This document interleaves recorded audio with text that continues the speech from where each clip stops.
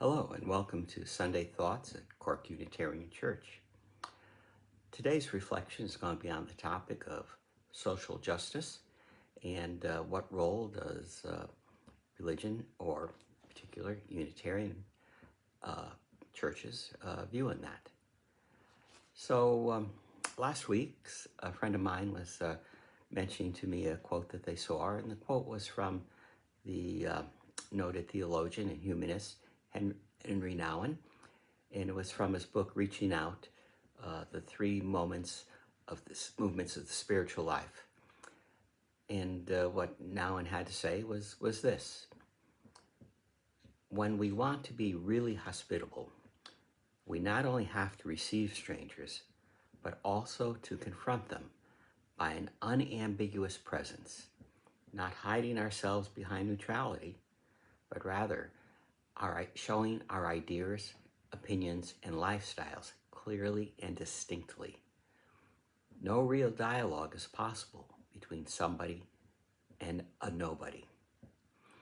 We can enter into communication with others only when our own life choices, attitudes, viewpoints offer the boundaries that challenge strangers to become aware of their own position and explore it critically.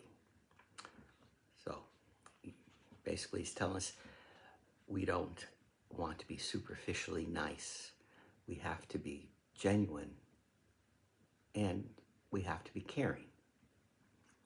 And that leads that caring and that participation in being genuine touches on our Unitarian motivation for social justice, which grows from a religious conviction that every person has inherent worth and that love must take concrete form in the public realm. And this sometimes involves stating our values and entering into what may seem as controversy. Our Unitarian way of thinking is not based on theological concepts like original sin, but rather on the value of our reverence for human nature and its potential for good. One Unitarian reflection puts it this way. It says, reverence and respect for human nature is at the core of the Unitarian faith.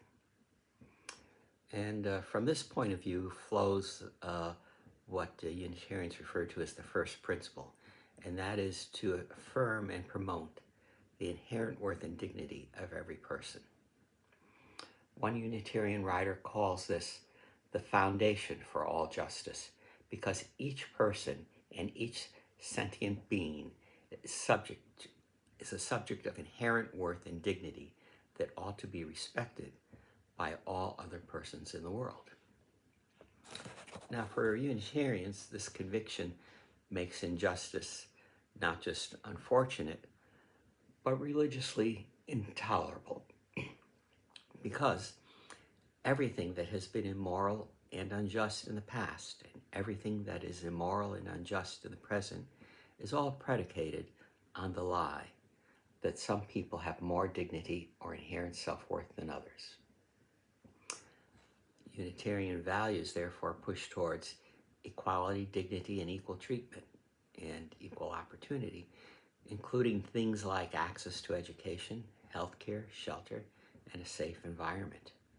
Unitarians often summarize this in the slogan, deeds, not creeds, insisting that actions to make the world a better place matter more than simply having the right beliefs. Unitarian principles name both the spiritual root and the public expression of justice. They include things like the inherent worth and dignity of every person, and justice, equality, and compassion in human relations, as well as the right of conscience and the use of the democratic process in society at large. These kind of commitments make participation in social movements around racism, sexism, LGBTQ plus rights, economic inequality, environmental issues, it makes them all a normal expression of Unitarian spirituality. For Unitarians, love is not merely a feeling, but rather it is the organizing center of our spiritual lives. Unitarians see justice as love's public shape, and our mutual independence frames justice as concern for the whole web of life. Unitarian descriptions of justice stress that social progress comes as our communities reject racism, sexism, fascism, and unjust treatment of persons with different sexual orientations and gender identities. Because of this, Unitarian congregations often see engagement in anti-racism, LGBTQ+ advocacy, and economic reform not as optional or extra work, but as our core religious duty. The expectation is that faith must move members to go into the larger world and improve it, recognizing that participation in justice movements is a deeply important part of their religious faith. Unitarian social justice motivation appears vividly in the works of a 19th century minister, Theodore Parker. Reflecting on history and morality, Parker wrote, "I do not pretend to understand the moral universe. The arc is a long one. My eye reaches but little ways. For from what I can see, I am sure it bends towards justice." Parker's words later inspired many Christian activists, including Martin Luther King Jr., the American civil rights leader, who adapted the arc of the moral universe image in the civil rights struggle in the U.S. Justice work for Martin Luther King Jr. expresses a trust in God who sides with the oppressed, making social activism an act of faith rather than mere politics. Similarly, the German theologian Dietrich Bonhoeffer understood Christian discipleship as opposition to injustice, seeing, in his words, the way of Jesus as requiring resistance to injustice in favor of neighbor love demonstrated as justice, sometimes in opposition to popular norms, but always in favor of the oppressed.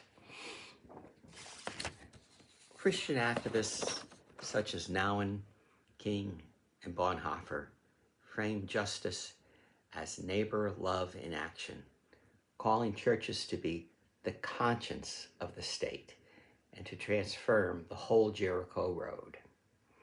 Such perspectives reject the notion of a purely private religion and insist that authentic spirituality is measured by its impact on the poor, the weak, and the downtrodden. A Unitarian might say, deeds, not creeds, while a more traditional Christian might say that faith without works is dead.